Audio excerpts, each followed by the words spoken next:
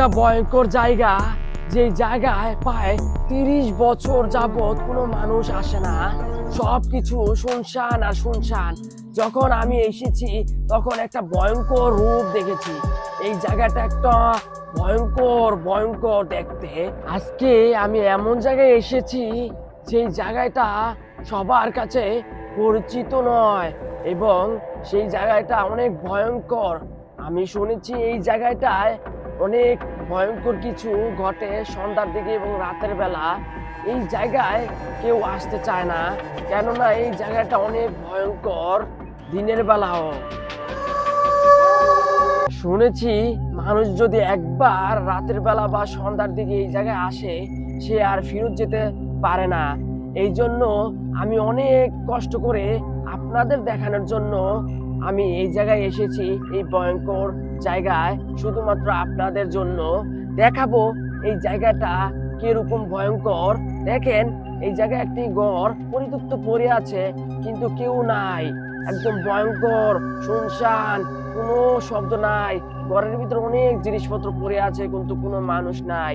আমার তো মনে হয় এই ভয়ঙ্কর জায়গাটার কারণে রাতের বেলা তাদেরকে ডিস্টার্ব করার জন্যই তারা চলে গেছে এই বাসা ছেড়ে।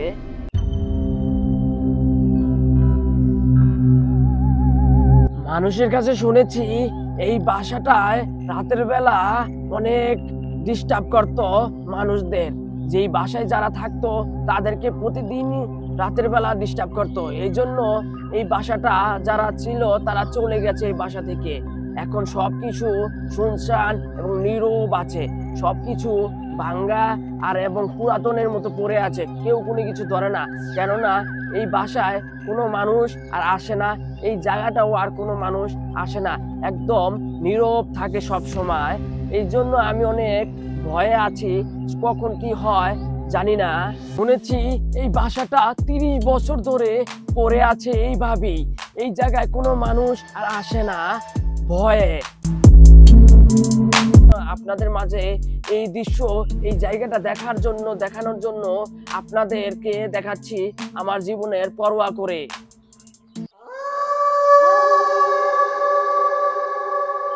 এই জায়গায় মানুষ বলতে কোনো কিছুই নাই। দেখেন, শুধু বাড়ি আর বাড়ি পড়ে আছে, আর কোনো কিছুই নাই।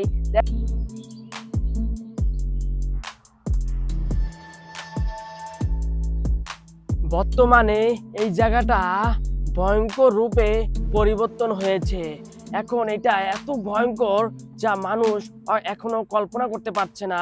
এখানে এখন মানুষ আসতেই পারে না সন্ধ্যার দিকে এবং রাতের বেলা। আসলেই তাদের সমস্যা করে, কোনো না কোনো দিন তাদের সমস্যা করে। এই ভয়ে তারা এই এরিয়াতে তারা সন্ধ্যার দিকে এবং রাতের বেলা কোনো সময়ই তারা আর আসে না। এই এলাকার মানুষ প্রায় 30 বছর ধরে এই জায়গায় তারা এই জায়গায় আসে না এবং কোনো কার্যক্রম করে না, কোনো মানুষকেও আর আসতে দেয় না। কেননা এই জায়গাটা একটা ভয়ঙ্কর জায়গা। জানি না এই জায়গার ভিতরে কি আছে, কিন্তু সবাই বলাবলি করে এটা একটা খারাপ জায়গা। জায়গা আপনাদের দেখাতে গিয়ে আমি নিজেই ভয়ে আছি, অনেক ভয় পাচ্ছি। জানি না আপনারা বিশ্বাস করবেন নাকি, আমি কিন্তু এই জায়গার ভিতরে অনেক ভয় পাচ্ছি। শুনেছি এই জায়গার মালিক ছিল সম্রাট জাহান, এখন সে আর এখানে নাই।